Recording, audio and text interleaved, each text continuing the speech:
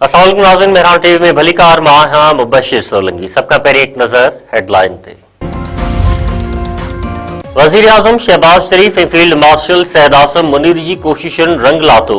अमरीकी सदर Donald Trump पारां वज़ीर आज़म शहबाज शरीफ जे 2 हफ़्तनि वारी जंगबंदी तजवीज़ मञण बाद 2 हफ़्तनि ताईं हमला न करण जो ऐलान। इसराइल भी जंगबंदी ते राज़ी। ईरान भी पाकिस्तान जे 2 हफ़्तनि लाइ आबनाई हरम्स खोलण वारी तजवीज़ मञी वरिती। वज़ीर आज़म जो चवणु आहे त ख़ुशी आहे त ॿई धुरियूं फौरी तौर जंगबंदीअ ते राज़ी थियूं आहिनि। ख़िते में लेबनान समेत 2 हंधनि ते बि वेढ़ रोकराइण ते इतफ़ाक़ थियो आहे। पाकिस्तान पारां अमरीका ऐं ईरान खे 10 अप्रैल ते इस्लामाबाद में ॻाल्हियुनि जी दावत। वज़ीर आज़म चयो त जल्द विच ओभर में अमन जी फिज़ा ॿीहर बहाल थींदी। ईंदड़ ॾींहनि में ख़िते जे हवाले सां अञा वधीक सुठियूं ख़बरूं ईंदियूं। अमरीकी सदर डोनाल्ड ट्रंप पारां ईरान मथां 2 हफ़्तनि लाइ हमला न करण जो ऐलान। ट्रंप चयो त फील्ड मार्शल सैयद आसिम मुनीर ऐं वज़ीर आज़म शहबाज शरीफ जी दरख़्वास्त ते 2 हफ़्तनि लाइ हमला बंदि कया विया आहिनि।